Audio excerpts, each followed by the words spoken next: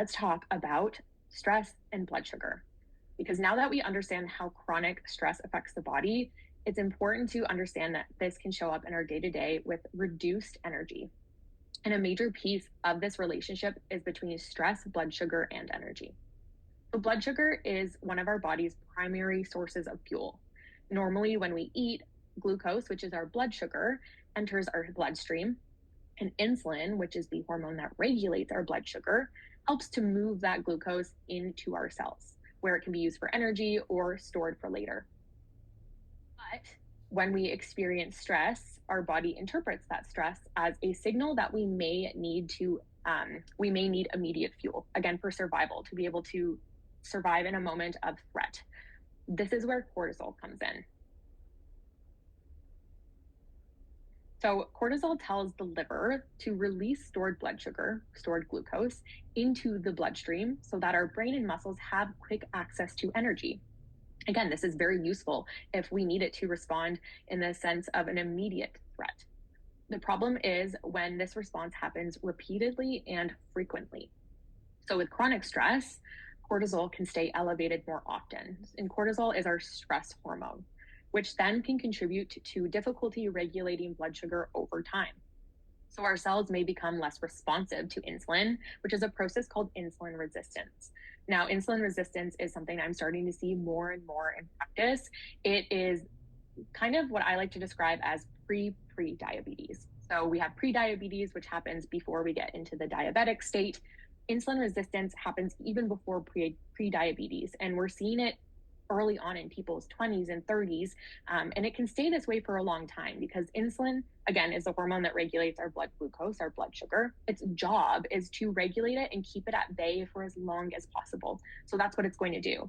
But over time, we need more and more and more insulin in order to get the same response until it can no longer support those levels. And then it comes crashing down essentially.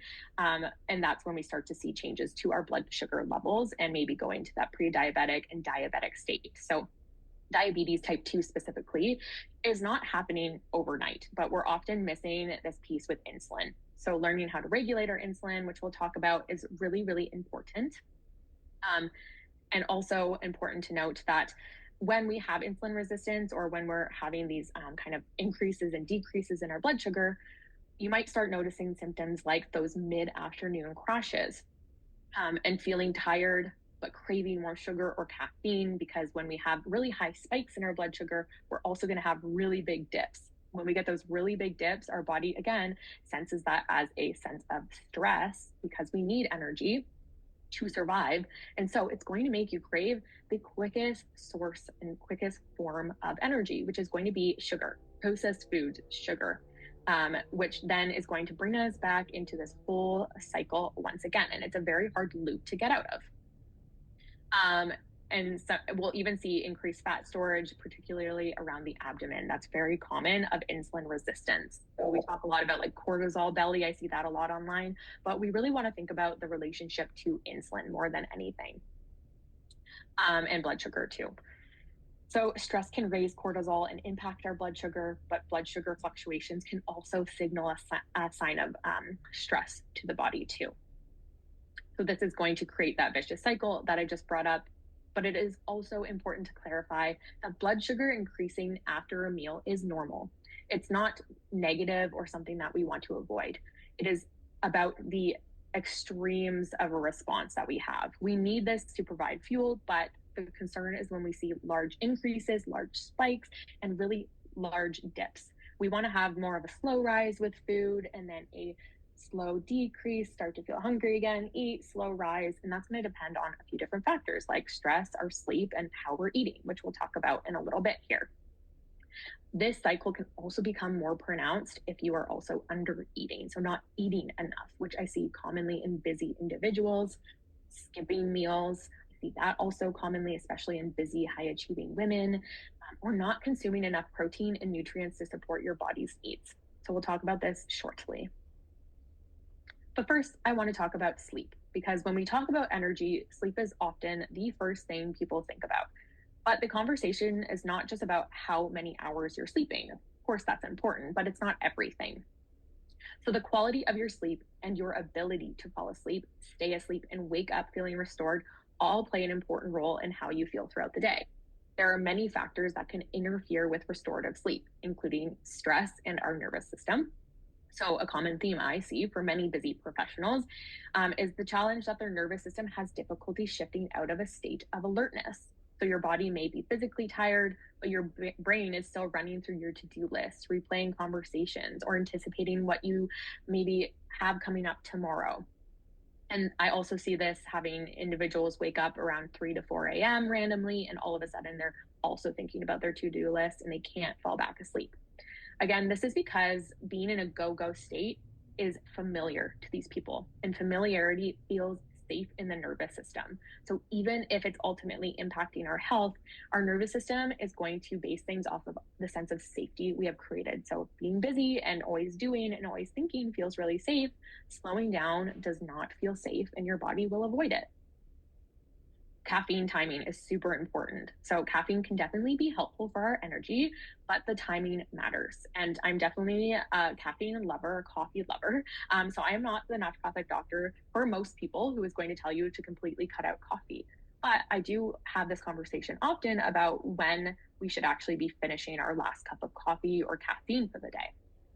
So even if you can fall asleep after having caffeine later in the day, it still can impact the quality and how restorative your sleep is. So caffeine stays in our system for about 10 to 12 hours after consuming it, which means your 3 p.m. cup of coffee might still be impacting your sleep. So I typically recommend avoiding caffeine somewhere around after 2 p.m. And you should be finished your cup around that time when possible, but earlier if you go to sleep even earlier. So if you typically go to sleep around 8 p.m., maybe start thinking about 11 a.m. being the time that you should be finishing your last cup of caffeine. And I think it's important for you to just ask yourself and reflect what time you are actually finishing your last cup of coffee or caffeine. Shift work is something we also need to think about because our bodies are naturally guided by our circadian rhythm. This tells our cortisol to increase and spike in the morning, which helps us to feel energized and ready to take on the day, and slowly decreases throughout the day. And our melatonin to increase around the time of sunset so that we can feel sleepy and have a good sleep. We need this. This is our internal clock. But irregular sleep schedules can make it harder for the body to maintain consistent energy. But having proper sleep supports, if you are a shift worker, can make a really big difference. This can look like light therapy, having vitamin D lamps that you can take with you and use to wake up if you're, doing a shift late at night, or if you're waking up in the morning, or after a morning shift, you're waking in the afternoon. It depends on your schedule, but making sure you have the proper things in place, and then using blue blocking glasses before bed, having blackout curtains can be really helpful. Having these supports super, super important. We want to think about pain and inflammation because when the body is dealing with ongoing inflammation, it can interfere with the ability to reach a deeper, more restorative stage of sleep. Hormonal changes, a conversation I think is really important to have here. Perimenopause can start as early as our early or late 30s, early 40s. And that can mean that hormones do start shifting around this time, long before we actually see changes to other pieces. So, perimenopause and menopause can significantly impact our sleep through changes to our progesterone and our estrogen levels, our body temperature. If we're having night sweats, hot flashes, this can definitely impact our sleep.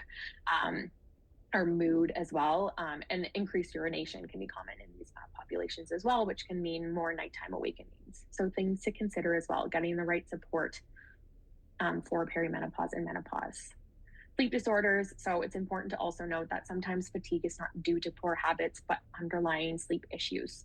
So sleep apnea is a really common concern that I see, especially in women, still common in men as well. But it can prevent you from getting restorative sleep, even if you spend enough time in bed. So if you find that you're still tired after sleeping all night, if your partner has told you that you have woken them up due to your snoring, or your snoring is very loud, you gasp during your sleep, or you wake up feeling exhausted or with a dry mouth, these are signs that maybe a sleep assessment, a sleep study is important, because sleep apnea can increase your risk of so many different things: high cholesterol, stroke, cardiovascular disease. So if these feel like things that resonate with you, getting the proper supports is really, really important. And then diet and lifestyle factors. So eating too late, if you're eating, an hour or two before bed, having a heavy meal specifically or a sugary meal, this can impact sleep quality and also digestive quality. So if you also have digestive concerns, this is something to think about. Um, Also, if we're not fueling our body properly and our blood sugar dips in the middle of the night, we can also wake up around 3, 4 a.m. because of this. So this is something to consider and something to get support with as well. And then alcohol consumption. So often we find that alcohol can help us to fall asleep, which it definitely can. A lot of people often say it helps me fall asleep. But we know that it actually leads to an overall poor sleep quality.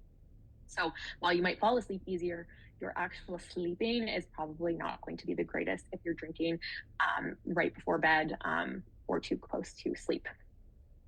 The key takeaway is that poor sleep is often a symptom of something else happening in the body. A proper assessment can help identify the factors contributing to poor sleep and provide personalized strategies to improve sleep quality. So, if you're sleeping 7 to 9 hours but still waking up exhausted, the question now becomes, what is preventing your body from getting the recovery that it needs?